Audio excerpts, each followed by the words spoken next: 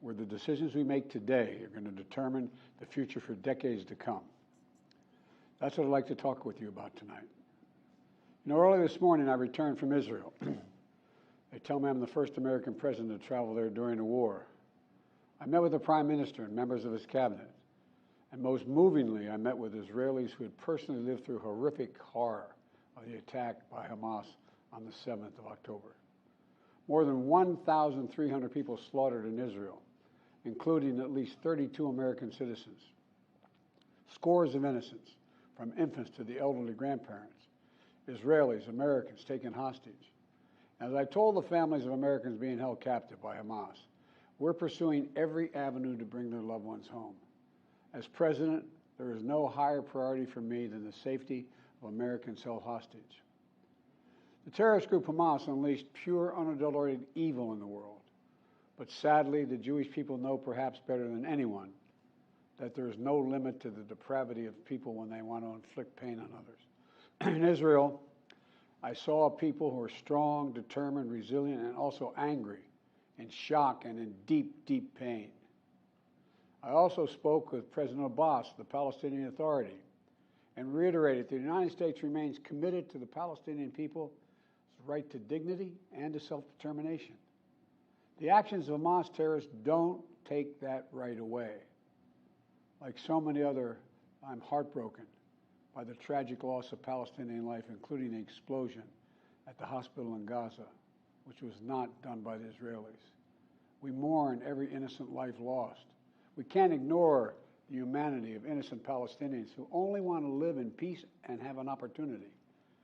You know, the assault on Israel echoes nearly 20 months of war, tragedy, and brutality inflicted on the people of Ukraine, people that were very badly hurt since Putin launched his all-out invasion.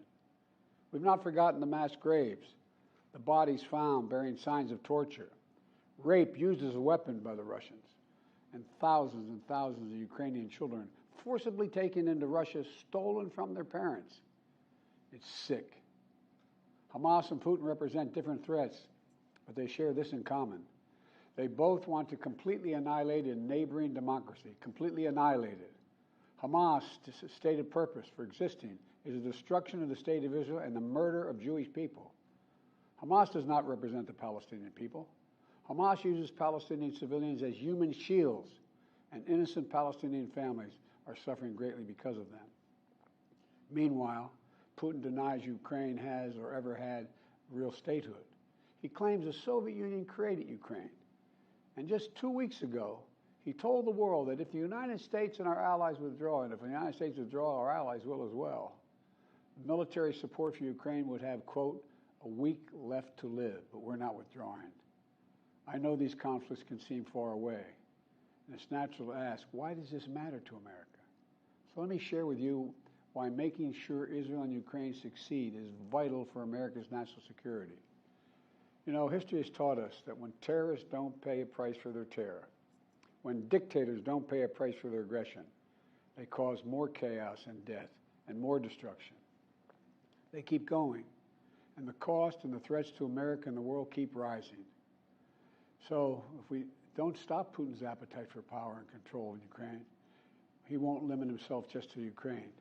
Putin's already threatened to remind Poland that their western land was a gift from Russia. One of his top advisors, a former president of Russia, has called Estonia, Latvia, and Lithuania Russia's Baltic provinces. These are all NATO allies. For 75 years, NATO has kept peace in Europe and has been the cornerstone of American security. And if Putin attacks a NATO ally, we will defend every inch of NATO which the treaty requires and calls for. We'll have something that we do not seek. Make it clear, we do not seek. We do not seek to have American troops fighting in Russia or fighting against Russia. Beyond Europe, we know that our allies, and maybe most importantly our adversaries and competitors, are watching. They're watching our response in Ukraine as well. And if we walk away and let Putin erase Ukraine's independence, would-be aggressors around the world would be emboldened to try the same. The risk of conflict and chaos could spread in other parts of the world, in the Indo-Pacific, in the Middle East, especially in the Middle East.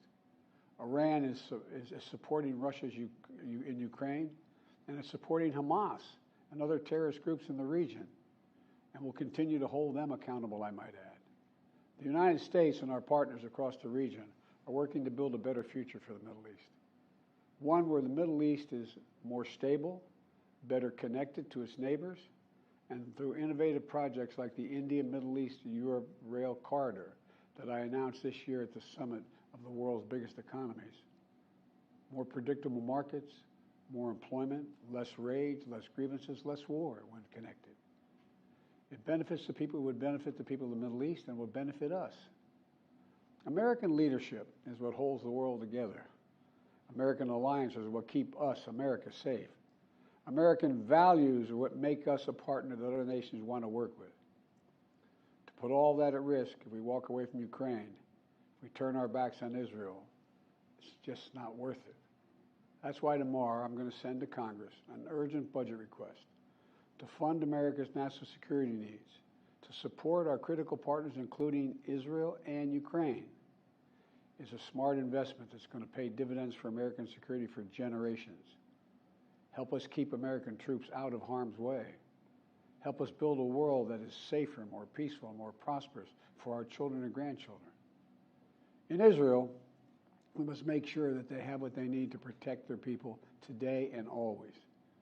The security package I'm sending to Congress and asking Congress to do is an unprecedented commitment to Israel's security that will sharpen Israel's qualitative military edge, which we've committed to, the qualitative military edge. We're going to make sure Iron Dome continues to guard the skies over Israel.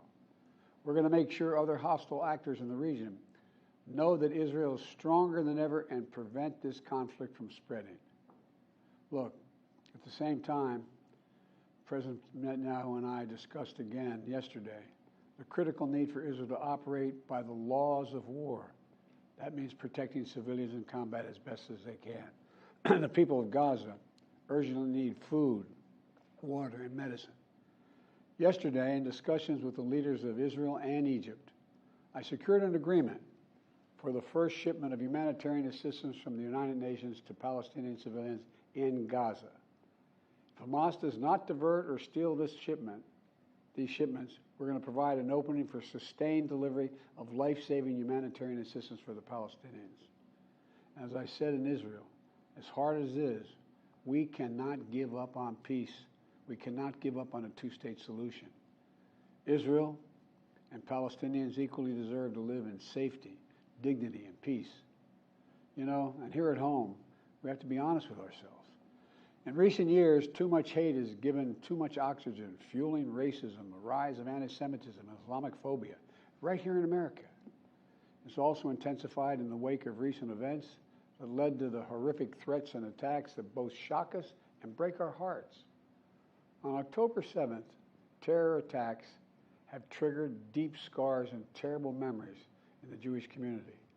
Today, Jewish families worried about being targeted in school, wearing symbols of their faith, walking down the street, or going out about their daily lives. And I know many of you in the Muslim American community, the Arab American community, the Palestinian American community, and so many others are outraged and heartened, saying to yourselves, here we go again with Islamophobia and distrust we saw after 9/11. Just last week, a mother was brutally stabbed. A little boy, here in the United States, a little boy who just turned 6 years old was murdered in their home outside of Chicago. His name was Wadiha, a proud American, a proud Palestinian American family. We can't stand by and stand silent when this happens. We must, without equivocation, denounce anti-Semitism. We must also, without equivocation, denounce Islamophobia. And to all you hurting, those of you hurting, I want you to know I see you. You belong. And I want to say this to you. You're all America. You're all America. This is in a moment, in moments like these, when fear and suspicion, anger and rage run hard, that we have to work harder than ever to hold on to the values that make us who we are. We're a nation of religious freedom, freedom of expression. We all have a right to debate and disagree without fear of being targeted in schools or workplaces or in our communities. We must renounce violence and vitriol. See each other not as enemies, but as fellow Americans. When I was in Israel yesterday, I said that when America experienced the hell of 9/11, we felt enraged as well. While we sought and got justice, we made mistakes. So I cautioned the government of Israel not to be blinded by rage. And here in America, let us not forget who we are. We reject all forms of hate, whether against Muslim, Jews, or anyone. That's what great nations do, and we are a great nation. On Ukraine, I'm asking Congress to make sure we can continue to send Ukraine the weapons they need to defend themselves and their country without interruption, so Ukraine can stop Putin's brutality in Ukraine. They are succeeding. When Putin invaded Ukraine, he thought he would take Kyiv and all of Ukraine in a matter of days. Well, over a year later, Putin has failed, and he continues to fail. Kyiv still stands because of the bravery of the Ukrainian people. Ukraine has regained more than 50% of the territory Russian troops once occupied, backed by U.S.-led coalition of more than 50 countries around the world, all doing its part to support Kyiv. What would happen if we walked away? We are the essential nation. Meanwhile, Putin has turned to Iran and North Korea to buy attack drones and ammunition to terrorize Ukrainian cities and people. From the outset, I've said, I will not send American troops to fight in Ukraine. All Ukraine is asking for is help for the weapons, munitions, the capacity, the capability to push invading Russian forces off their land, and the air defense system to shoot down Russian missiles before they destroy Ukrainian cities. Let me be clear about something. We send Ukrainian equipment sitting in our stockpiles. And when we use the money allocated by Congress, we use it to replenish our own stores, our own stockpiles, with new equipment. Equipment that defends America and is made in America. Patriot missiles for air defense batteries, made in Arizona. Artillery shells manufactured in 12 states across the country, in Pennsylvania, Ohio, Texas, and so much more. You know, just as in World War II, today patriotic American workers are building the arsenal of democracy and serving the cause of freedom. Let me close with this. Earlier this year, I boarded Air Force One for a secret flight to Poland.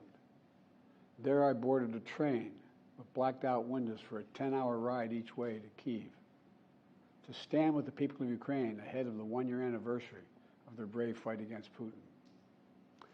I'm told I was the first American to enter a war zone not controlled by the United States military since President Lincoln. With me was just a small group of security personnel and a few advisors. But when I exited that train and met President Zelensky, I didn't feel alone.